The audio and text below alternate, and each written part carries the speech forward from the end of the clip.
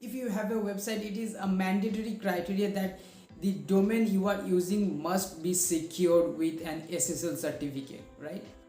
And if your website is running on the insecure HTTP protocol, then there is a high chance that the browsers like Chrome, Firefox will show a red flag stating that this is an insecure website to the users, which will restrict them to access your website. So it is really very important to create an SSL certificate for your website. So today we are going to see that only, that how we can integrate an SSL certificate to your domain. And for that we are going to use Amazon AWS Certificate Manager to create an SSL certificate, and then we will be integrating that SSL certificate with your domain through the specific domain names provided that you have opted for. For example, I am going to use Namecheap, because since my domain is registered on Namecheap domain name server, right? So you can use any platforms like GoDaddy, Namecheap, BigRock, etc. It is, the process is same for all.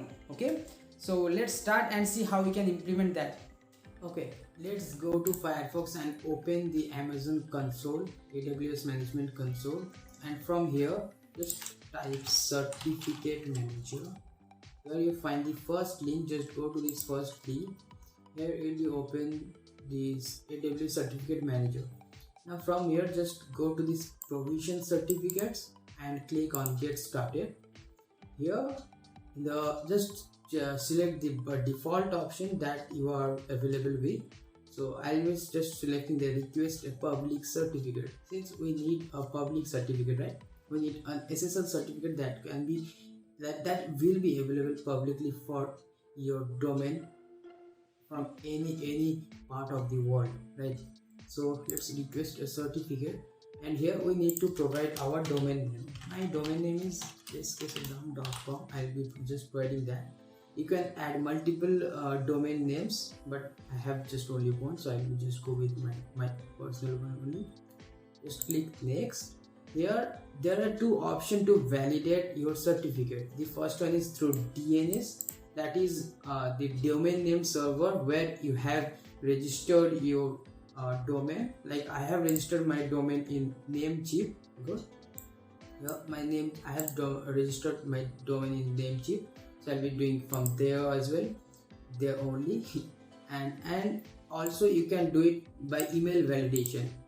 If you have a personal email connected to your domain name, let's say saddam@sksaddam.com, this is my email. Actually it's not my email, but if you have that private email address, you can choose this option, and there will be, you'll receive a link at that email address. But since I don't have any private email address, so I'll just go with this DNS validation.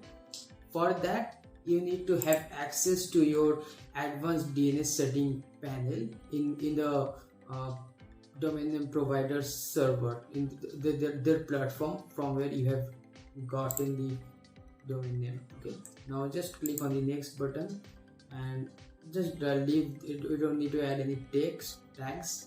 Now select review. Here are the just basic summary of whatever you have selected until now. So our domain name is this one, and we are going to validate through DNS, that is domain name server. Just click on that, and yeah, here you'll be getting some key value pairs of CNAME. I'll just copy this one, Control C, and let me paste it here. So here you can find that there is a slack.saddam.com. We don't need to use this one, so just remove that and copy the remaining part. Just copy it, or let's say cut it from here, and we'll be just creating a new CNAME record in my dashboard of the domain name server. Just we just go to this add DNS. Let me go to the home page and show you again how it looks like.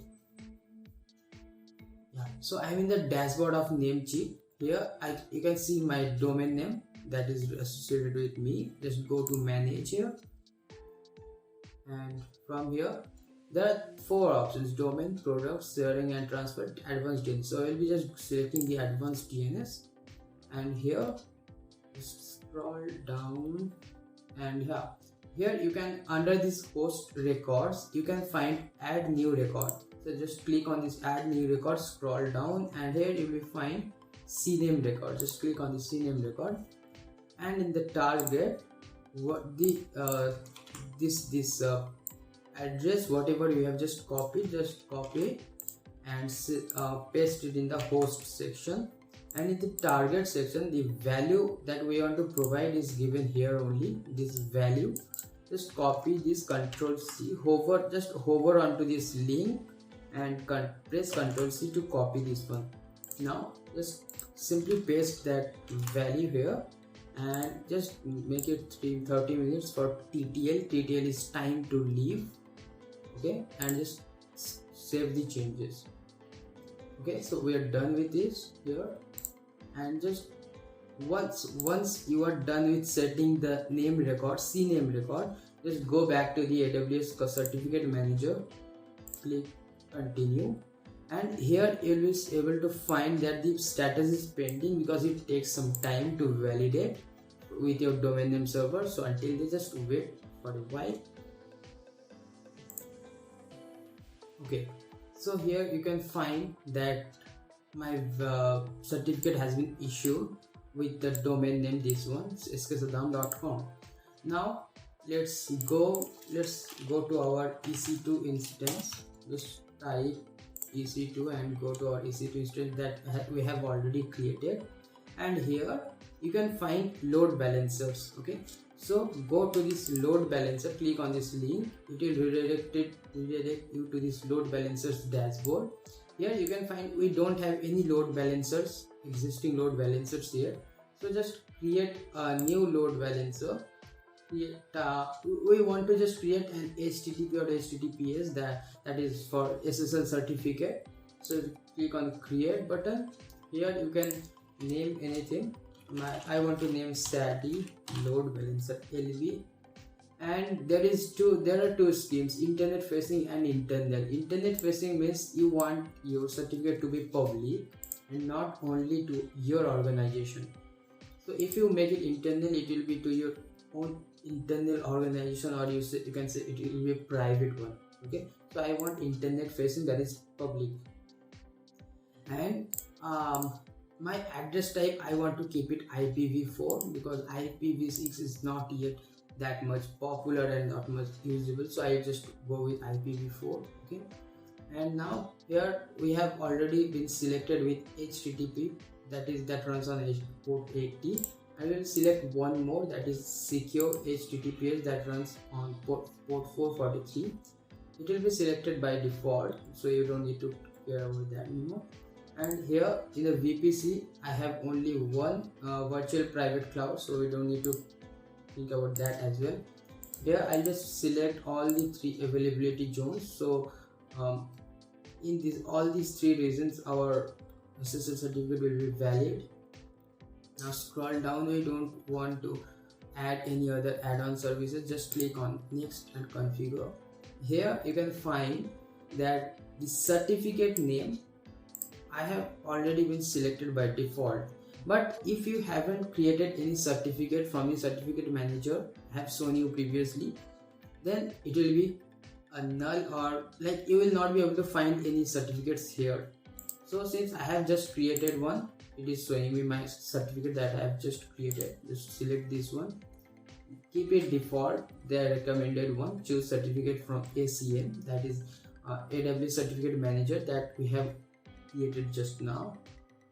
And the security policy, like let's have it default, and now create next. Okay, so here we need to mention these security groups.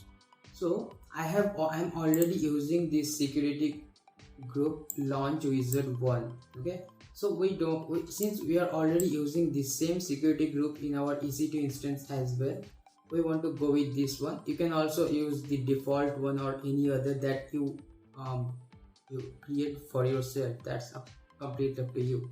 Okay, now click on the next button. Here we need to name a target group, so I'll just name it SATI TG target group for that particular load balancer. this will be default. Keep this target type as instance because our load balancer will be associated with the EC2 instance that we have already created. And protocol is HTTP, let it be as it is by default. We don't want to change anything, just click on next, register targets. And once you click on this, okay, you've already created, so it is showing that I have already created a target security group target in this region, so we need to change it. Let me T2. Okay, so I'll just name it SADI T group and select it. Okay, so you're done with this. So here right now we don't have any selected instance for that particular load balancer. So since we have only one EC2 instance, we don't need to search anything yet. Otherwise you can search the respective one for yourself. You just select the EC2 instance and add to register. Once I'm done with this, you can see I'm just registered with that particular target group. I'll just click next, and this is the summary of whatever data we have just provided right now, whatever options we have selected. I know all the things are correct, so I don't want to recheck it once again, and I'll just click on create button. And yeah, we are done with creating the load balancer. Just let's close this one, and here you can find a DNS name record. When if you are not selected with this, just select the load balancer, and if you scroll a bit, you can find the DNS name. Here you need to copy this DNS name by clicking on this copy button, copy link or whatever it is you can say. So just click on this DNS name, go to your dashboard, Namecheap dashboard, and create a new record. There you need to create a new CNAME record, and in the host just give add direct. In the target value you need to provide this one, you need to provide this domain name, DNS name. Just copy this one, paste it in the value section, keep it 30 minutes TTL, and make the save changes. So that's it, you're done with this setting of the load balancer as well. One more thing you need to do is just select the EC2 instance, like the instance that you want to associate with the domain with, and select the IP address. Okay, select this public IP address, copy this one, and go to your dashboard, Namecheap dashboard. Here just add new record, and we will be just adding a record. Just add a record here and name it www, and paste the IP address that we have just selected, and provide the detail as 30 minutes again. And once you are selected with it, like you have saved these changes, go to your new tab, type the URL, and you'll be able to find my link. My domain is working properly. Let me check it once again in the incognito, and here you can find everything is working well. Okay,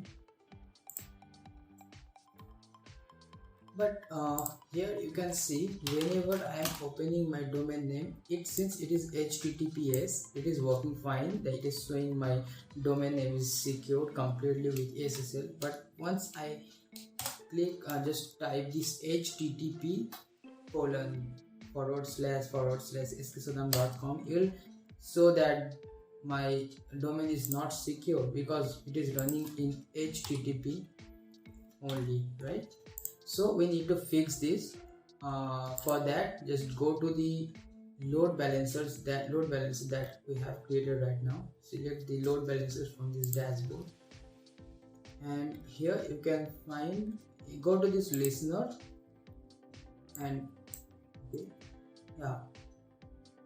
so in this listener, select this HTTP 480 listener, edit, click on the edit button, and just remove this forward to, and click on add action, and click on this redirect to. Here we have already selected with HTTPS protocol. Just provide the port number 443, that is the default one for HTTPS port, HTTPS protocol. Click this take button and just update it. You can see this is successful, and this module listener has been successfully modified on port 80. Now whenever you type ssadam.com, it will just redirect to this secure HTTPS connection. Even though I just type HTTP, oh, it's not showing me. Let me clear my cache. That's happens sometimes. So let me clear cache here and history as well, and let's check it right now. Yeah, here now you can find, even if I just provide HTTP, it will redirect me to this HTTPS domain, the HTTPS protocol. Okay, so now my domain name is completely secure, and yeah, we are good to go. Now you can do whatever you want with your domain, right? So yeah, this is it for now.